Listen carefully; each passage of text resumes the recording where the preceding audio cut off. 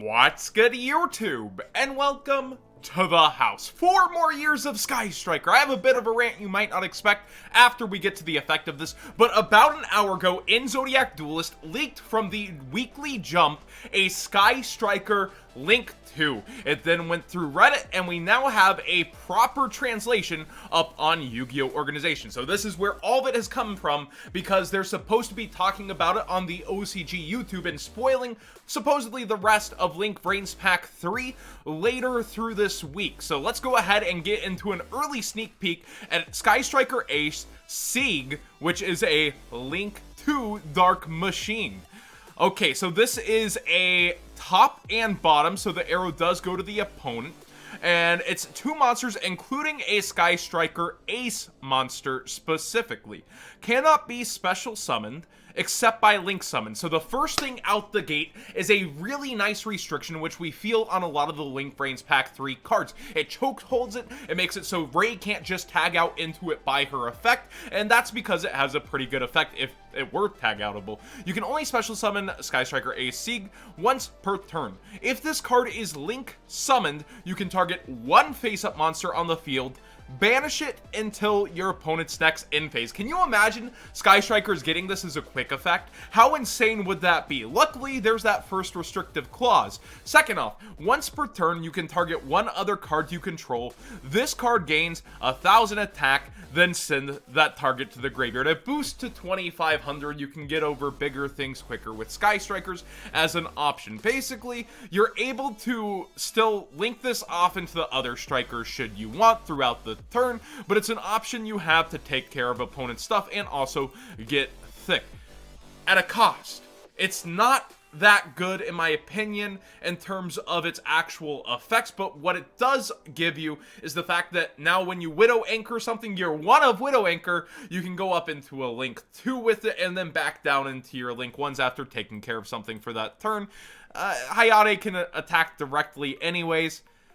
I'm already hearing people go bonkers over this. 4 more years of Sky Strikers, this is crazy, it's nuts, they keep getting support. Why doesn't X get support? Why get support? Why do they keep okay, look, calm down. For years and years, people have been asking for a deck not to get murdered on the ban list and to survive. And the moment any top tier deck, I feel like, fades out, 6 months later, people are asking, oh, you remember this? Can we bring it back? I have people constantly asking when I talk about past formats for full power spiral duels. I'm still traumatized. I want nothing to do with it. But the thing is, there's no winning with Konami. No matter what direction you take, no matter how balanced it is, people are gonna complain that something's just getting support, that something got a slot in Link Vrains Pack. You know what's awesome about this? We don't know when we're gonna get it, which leads to my next discussion here. Let's go ahead into the market watch mode.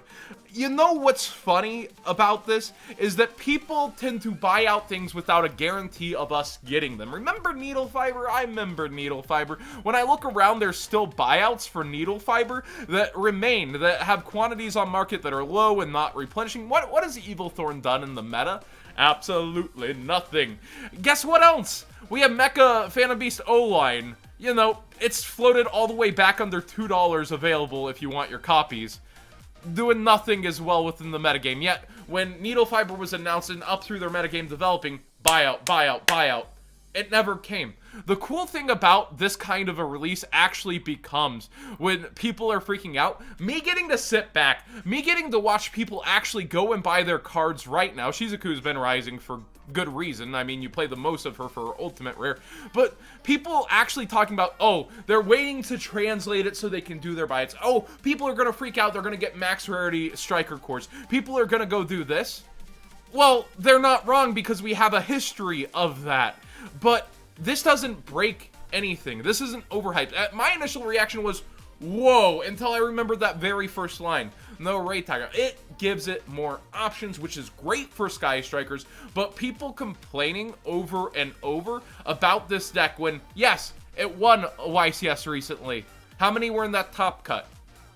3. Was the majority of the top cut? No. Has Striker been properly balanced? Yes. Is Orcus the majority of top cut now? Yes. While Striker is still around in a capacity, and I get it's not maybe as fun or a variety to face the same deck, over and over. It's a different incarnation of the deck over and over. Now it has this tool that you have an easier time taking care of. You can take care of their one of Widow Anchor, their one of Kagari. They've had so many different incarnations of watering down this deck, and when they give it tools like this, they're not giving it the most amazing thing in the world, but they're giving it an option. So I don't know, maybe it's just me. I'm a little bit tired of the complaining, but what's funny to me is people already talking about buyouts, already going in this direction. So I want to say, first off to Konami, good job. I'm really actually appreciative of where you went with this. And I kind of want to go through this Reddit thread and read some comments because there were some actual things that I highlighted that I found pretty good and I want to give some credit towards.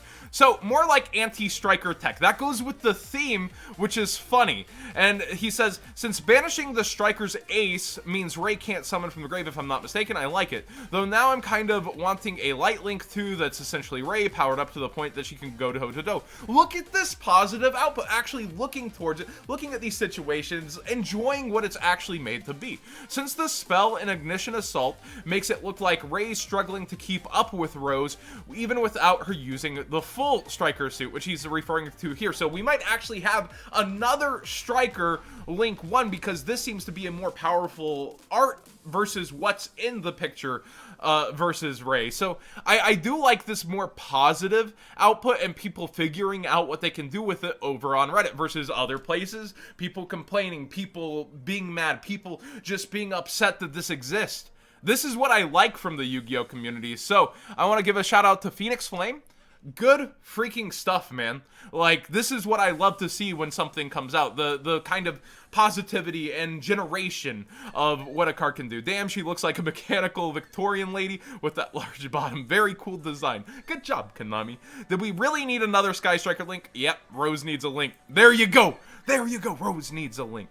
It's just interesting how decisive the creation of a card can be in the community, I guess is my point.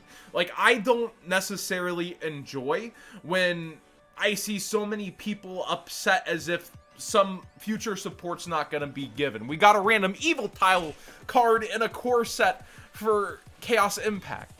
They're gonna get around to updating and touching up the archetypes. It's not necessarily gonna be great or good all the time, but to be mad that this took up a slot is a little bit much to me. So I more so enjoy this. Yeah, I'd preferred it if any other deck got support. These kind of ideas, I get it. You're frustrated. You face this deck for so long, but sometimes whenever a deck lasts that long, they become the hero. Look at Burning Abyss. It naturally phased out. It got like a one-top during the Zodiac format where it was combined with Shadows and people cheered at that point in time. And then you have the Hydrolander builds and now you have people figuring it out still.